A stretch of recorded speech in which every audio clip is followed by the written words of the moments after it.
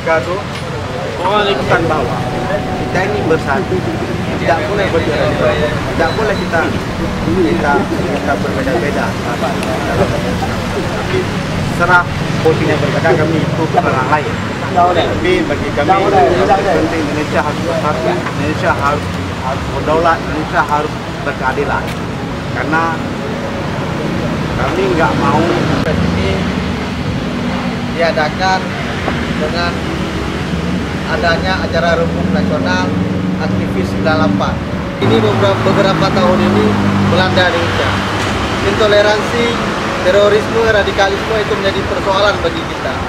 Bagaimana Indonesia dengan ideologi Pancasila, Bhinneka Tunggal Ika yang menjadi landasan Pancasila hari ini lagi digoyahkan oleh orang-orang yang mempunyai kepentingan, orang-orang yang mempunyai elit-elit politik yang hari ini Indonesia memiliki 3.000 lebih suku yang ada di Indonesia.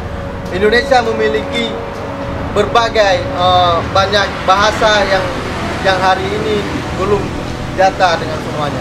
Nah, hal-hal seperti ini membuat hati kami bergerak untuk menjaga Indonesia.